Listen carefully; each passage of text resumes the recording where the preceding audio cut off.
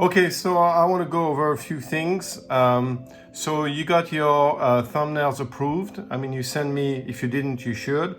You send me an email, I looked at different things and helped you pick the best composition. So basically, okay, let's say, let me make sure that, yeah, you can see that. Okay, so this is my thumbnail, let's do, little vase, whatever, little flower.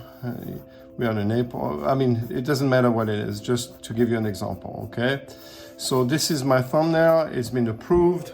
So how do you go to full size? So what you might have learned in high school is the grid system. The grid system is great if you go from like a sketch that you want to enlarge onto a wall, like for a mural, for instance. It would be something when you put the grid system. But to learn how to draw, the best is to freehand everything. Using the same technique, ghosting. If you want a little bit of help, what you could do is take your thumbnails and quarter it, meaning cut it in half visually and half like this, okay? So you end up with 1, 2, 3, 4 quarters. And then when you go on to your larger drawing, so I'm not gonna take the full pad because you won't be able to see it with my phone. I'm using my phone to film. So let's say you go to a larger, okay, so that's your full size drawing pad with the little spring on top.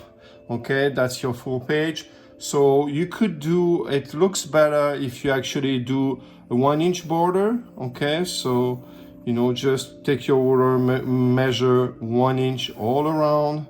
You can do more if you want, it can be 1/2, 1 inch and a half or 2 inches, but make sure it's not too small. So you can have like one border, that way it's not all the way to the end of the paper. It looks better, it makes like a little frame for you. And then you can, with your pencil, you can just quarter it. Okay, so you're gonna have kind of a visual help here.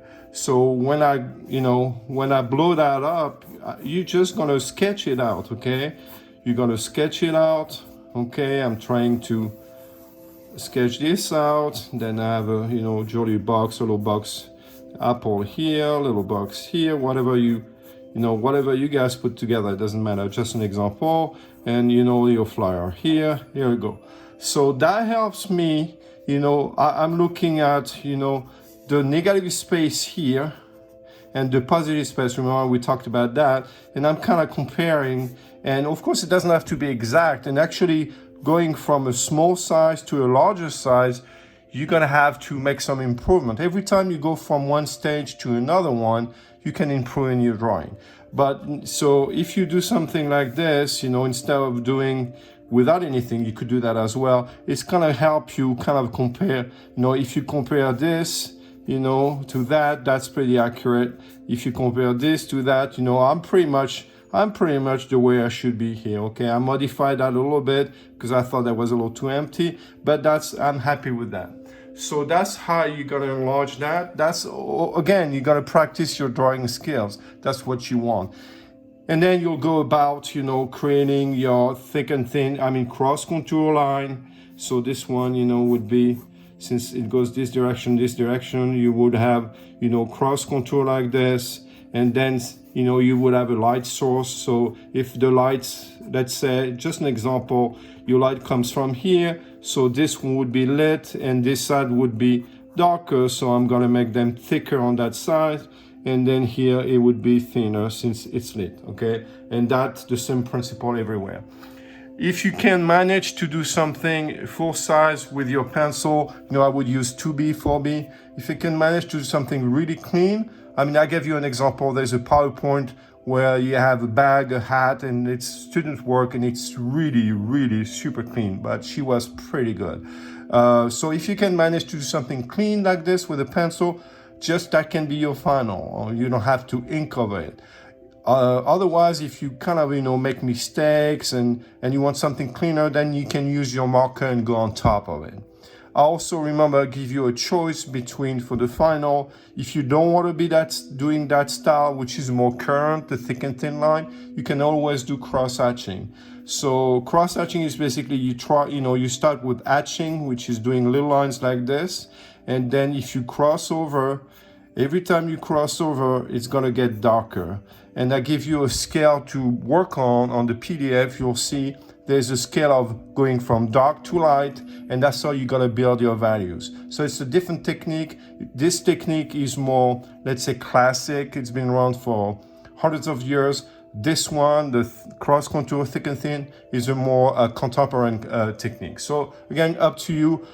I personally think that the cross contour and thick and thin line is more interesting, but if you do that, I mean, that's fine as well.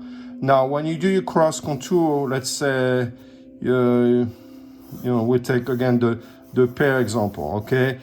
When you do your cross contour, you want to make sure that your lines, are spaced enough that, you're gonna show dimension, but you don't want them to be too too much space in between, because then it won't show the dimension. You're not gonna get the effect that you want.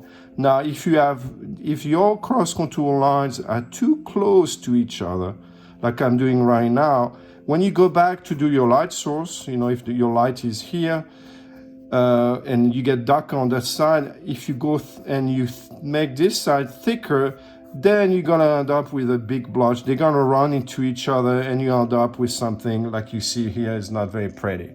So you're gonna find the right amount of lines and the right distance between those lines. Okay?